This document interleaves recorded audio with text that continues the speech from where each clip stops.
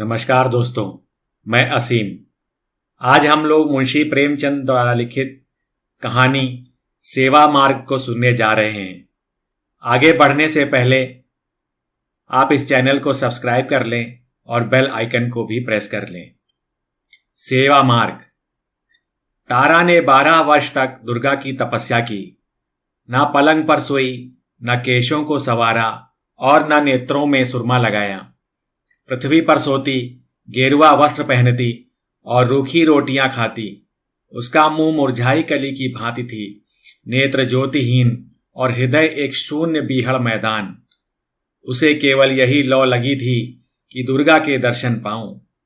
शरीर मोमबत्ती की तरह घुलता था, पर यह लौ दिल से न जाती थी। यही उसकी इच्छा थी, यही उसका जीवन उद्देश्य। घर के लोग उसे पागल कहते। माता समझाती, बेटी तुझे क्या हो गया है? क्या तू सारा जीवन रो रो कर काटेगी? इस समय के देवता पत्थर के होते हैं। पत्थर को भी कभी किसी ने पिघलते देखा है? देख, तेरी सखियां पुष्प की भांति विकसित हो रही हैं, नदी की तरह बढ़ रही हैं। क्या तुझे मुझ पर दया नहीं आती? तारा कहती, माता अब तो जो लगन लगी वह लगी। या तो देवी के दर्शन पाऊंगी या यही इच्छा लिए हुए संसार से पलायन कर जाऊंगी। तुम समझ लो मैं मर गई। इस प्रकार पूरे 12 वर्ष व्यतीत हो गए और तब देवी प्रसन्न हुई। रात्रि का समय था, चारों ओर सन्नाटा छाया हुआ था। मंदिर में एक धुंधला सी घी का दीपक जल रहा था। तारा दुर्गा के पैरों पर माथा नवाए सच्ची भक्ति का परिचय दे रही थी। यकायक उस पाषाण मूर्ति देवी के तन में स्फूर्ति प्रकट हुई। तारा के रोंगटे खड़े हो गए। यह धुंधला दीपक दे दीप्यमान हो गया। मंदिर में चित्त आकर्षक सुगंध फैल गई और वायु में सजीवता प्रतीत होने लगी।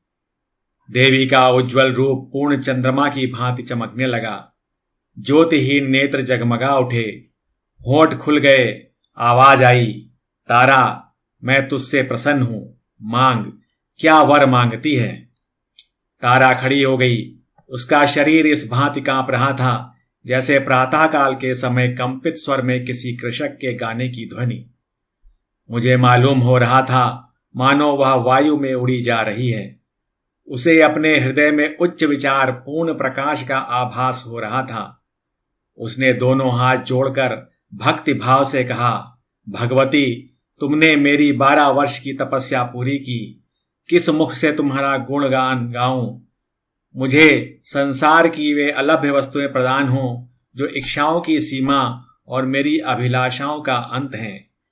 मैं वह ऐश्वर्य चाहती हूं जो सूर्य को भी मात कर दे। देवी ने मुस्कुराकर कहा, स्वीकृत है।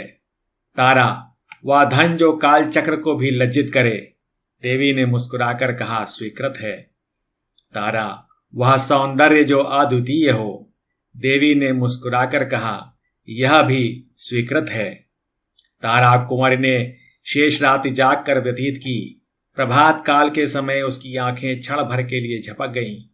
जागी तो देखा कि मैं सिर से पांव तक हीरे व जवाहिरों से लदी हूं। उसके विशाल भवन के कलश आकाश से बातें कर रहे थे। सारा भवन संगमरमर से बना हुआ, अमूल्य पत्थरों से जड़ा हुआ। द्वार पर नौबत बज रही थी। उसके आनंददायक सुहावने शब्द आकाश में गूंज रहे थे। द्वार तक मीलों तक हरियाली छाई थी। दासियां स्वर्ण आभूषण से लदी हुई, सुनहरे कपड़े पहने हुई चारों ओर दौड़ती थीं। तारा को देखते ही वे स्वर्ग के लौटे और कटोरे लेकर दौड़ी। तारा ने देखा कि मेरा पलंग हाथी दांत का है। भूमि पर बड़े कोमल बिछौने बिछे हुए हैं। सिरहाने की ओर एक बड़ा सुंदर ऊंचा शीशा रखा हुआ है। तारा ने उसमें अपना रूप देखा, चकित रह गई। उसका सुंदर रूप चंद्रमा को भी लज्जित करता था। दीवार पर अनेकानेक सुप्रसिद्ध चित्रकारों के मनमोहक चित्र टंगे थे, पर ये सब के सब तारा की सुंदरता के आगे तुच्छ थे। तारा को अपनी सुंदरता का गर्व हुआ। वह कई दासियों को लेकर वाटिका में गई। वहां की छटा देखकर वह मुग्ध हो गई। वायु में गुलाब और केसर घुले हुए थे। रंग बिरंग के पुष्प वायु के मंद मंद झोंकों से मतवालों की तरह झूम रहे थे। तारा ने एक गुलाब का फूल तोड़ लिया और उसके रंग और कोमलता की अपनी अधर पल्लव के समानता करने लगी। गुलाब में वह कोमलता न थी। वाटिका के मध्य में एक बिल्लौर जड़ित हौज था। इसमें हंस और बत्तख किल्लोल कर रहे थे। यकायक तारा को ध्यान आया, मेरे घर के लोग कहाँ हैं? दासियों से पूछा। उन्होंने कहा, श्रीमती, वे लोग पुराने घर में हैं। तारा ने अपनी अटारी पर जाकर देखा। उसे अपना पहला घर एक साधारण झोपड़े की तरह दृष्टिगोचर हुआ। उसकी बहनें उसकी साधारण दासियों के समान भी न थीं। मां को देखा, वह आंगन में बैठी चरखा कात रही थी। तारा पहले सोचा करती थी कि जब मेरे दिन चमकेंगे तब मैं इन लोगों को भी अपने साथ रखूंगी और उनकी भली भांति सेवा करूंगी। पर इस समय धन के गर्व ने उसकी पवित्र हार्दिक इच्छा को निर्बल बना दिया था। उसने घर वालों को स्नेह रहित दृष्टि से देखा और तब वह उस मनोहर गान को सुनने चली गई जिसकी प्रतिध्वनि उसके कानों में आ रही थी।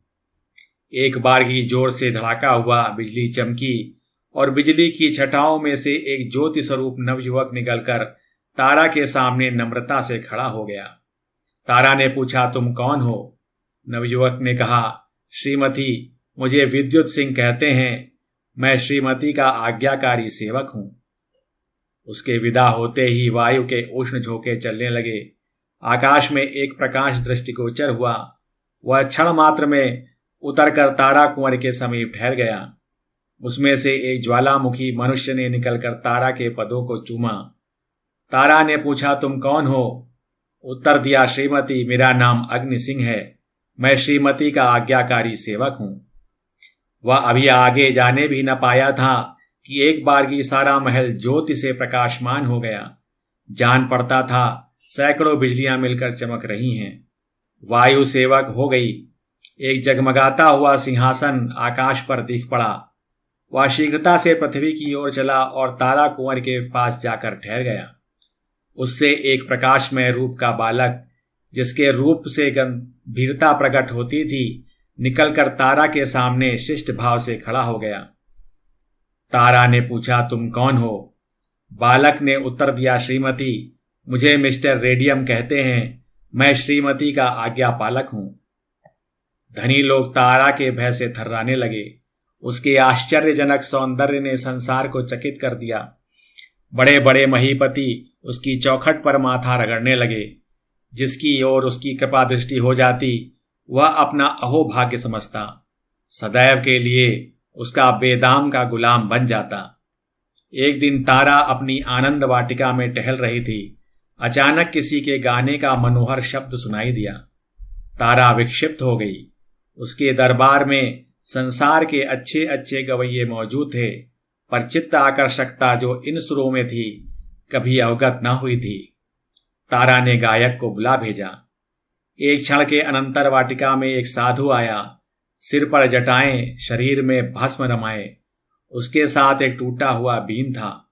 उसी से वह प्रभावशाली स्वर निकालता जो हृदय के अनुरक्त स्वरों से कहीं प्रिय था। साधु आज हौज के किनारे बैठ गया। उसने तारा के सामने शिष्ट भाव नहीं दिखाया। आश्चर्य से इधर उधर दृष्टि नहीं डाली। उस रमणीय स्थान पर वह अपना सुर अलापने लगा। तारा का चित्त विचलित हो उठा। दिल में अपार अनुराग का संचार हुआ। मदमत होकर टहलने लगी। साधु के सुमनोहर मधुर अलाप से पक्षी मग्न हो गए। पानी में लहरें उठने लगीं। वृक्ष घूमने लगे। तारा ने उन चित्ताकर्षण सुरों से एक चित्र खींचते हुए देखा। धीरे धीरे चित्र प्रकट होने लगा। उसमें स्फूर्ति आई और तब वह खड़ी होकर नृत्य करने लगी। तारा चौंक पड़ी। उसने देखा कि यह मेरा ही चित्र है। नहीं, मैं ही हूं। मैं ही बीन की तान पर नृत्य कर रही हूं। उसे आश्चर्य हुआ कि मैं संसार की अलभ्य वस्तुओं की रानी हूं अथवा एक स्वर चित्र। वह सिर धुनने लगी और मतवाली होकर साधु के पैरों से जा लगी। उसकी दृष्टि में आश्चर्यजनक परिवर्तन हो गया। सामने के फले फूले वृक्ष और तरंगे मारता हुआ हौज और मनोहर कुंज सब लोप हो गए। केवल वही साधु बैठा बीन बजा रहा था और वह स्वयं उसकी तालों पर थिरक रही थी। वह साधु प्रकाशमय तारा और अलौकिक सौंदर्य की मूर्ति बन गया था। जब मधुर अलाप बंद हुआ तब तारा होश में आई। उसका चित्त हाथ से जा चुका था। वह उस विलक्षण साधु के हाथों बिक चुकी थी। तारा बोली, स्वामी जी, यह महल, ये धन, यह सुख और सौंदर्य सब आपके चरण कमल पर निछावर है। इस अंधेरे महल को अपने कोमल चरणों से प्रकाशमान कीजिए। साधुओं को महल और धन से क्या काम? मैं इस घर में नहीं ठहर सकता। तारा, संसार के सारे सुख आपके लिए उपस्थित हैं। मुझे सुखों की कामना नहीं। मैं आजीवन आपकी दासी रहूंगी।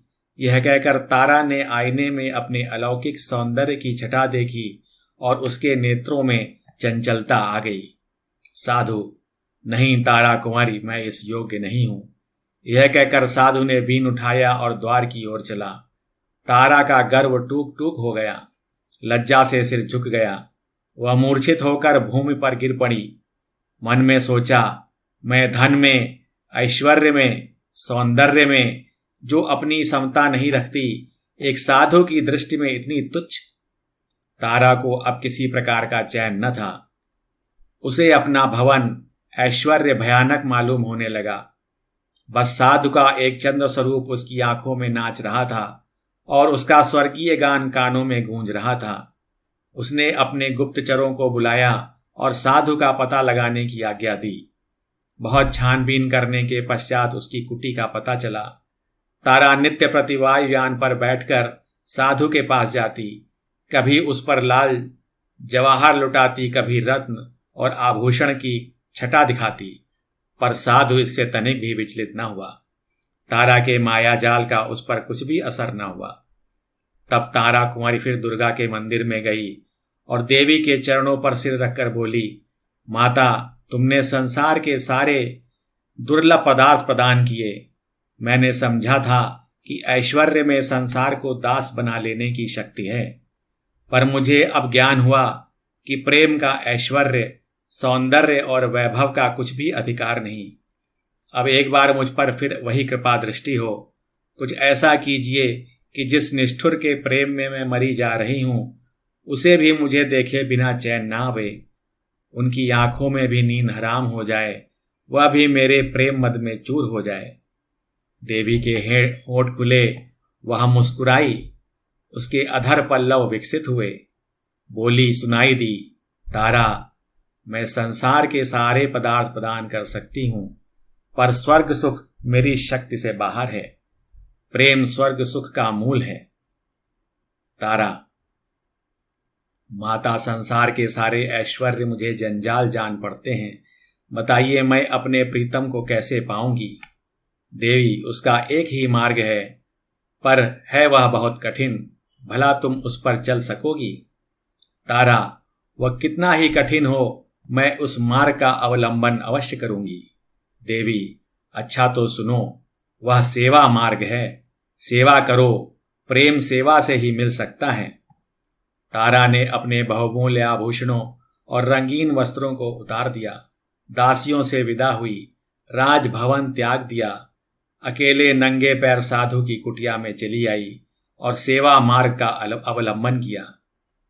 वह कुछ रात रहे उठती, कुटी में झाड़ू देती, साधु के लिए गंगा से जल लाती, जंगलों से पुष्प चुनती। साधु नींद में होते तो वह उन्हें पंखा झलती, जंगली फूल तोड़ लाती और केले के पत्तल बनाकर साधु के सम्मुख रखती। साधु नदी में स्नान करने जाया करते थे। तारा रास्ते के कंकड़ चुनती। उसने कुटी के चारों ओर पुष्प लगाए, गंगा से पानी लाकर सींचती, उन्हें हरा भरा देखकर प्रसन्न होती। उसने मदार की रुई बटोरी, साधु के लिए नर्म गद्दे तैयार किए। अब और कोई कामना न थी। सेवा स्वयं अपना पुरस्कार और फल थी। तारा को कई कई दिन उपवास करना पड़ता था। हाथों में गड्ढे पड़ गए थे, पैर कांटों से छलनी हो गए, धूप से कोमल गात मुरझा गया, पर उसके हृदय में अब स्वार्थ और गर्व का शासन न था। वहां अब प्रेम का राज था। वहां अब उसे सेवा का लगन थी। जिससे कलुषता न जा गए नेत्रों से अमृत जल की वर्षा होती और दुख विलाप की जगह आनंद के राग निकलते थे। जहां पत्थर रुई से ज्यादा कोमल हैं और शीतल वायु से भी मनोहर, तारा भूल गई कि मैं सौंदर्य में अद्वितीय हूं। धन विलासिनी तारा अब केवल प्रेम की दासी थी। साधु को वन के खगों और मृगों से प्रेम था। वे कुटी के पास एकत्रित हो जाते।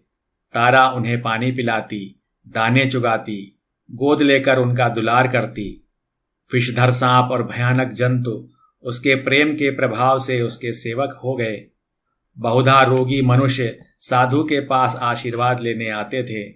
तारा रोगियों की सेवा शुश्रूषा करती, जंगल से जड़ी बूटियां ढूंढ लाती, उनके लिए औषधि बनाती, उनके घाव धोती, घावों पर मरहम रखती, रात भर बैठी उन्हें पंखा जलती। साधु के आशीर्वाद को उसकी सेवा प्रभाव युक्त बना देती थी। इस प्रकार कितने ही वर्ष बीत गए। गर्मी के दिन थे, पृथ्वी तवे की तरह जल रही थी। हरे भरे वृक्ष सूखे जाते थे। गंगा गर्मी से सिमट गई थी। तारा को पानी लेने के लिए बहुत दूर रेत में चलना पड़ता। उसका कोमल अंग चूर चूर हो जाता। जलती हुई रेत में तलवे भुन जाते। इसी दशा में एक दिन वह हताश होकर एक वृक्ष के नीचे क्षण भर दम लेने के लिए बैठ गई। उसके नेत्र बंद हो गए।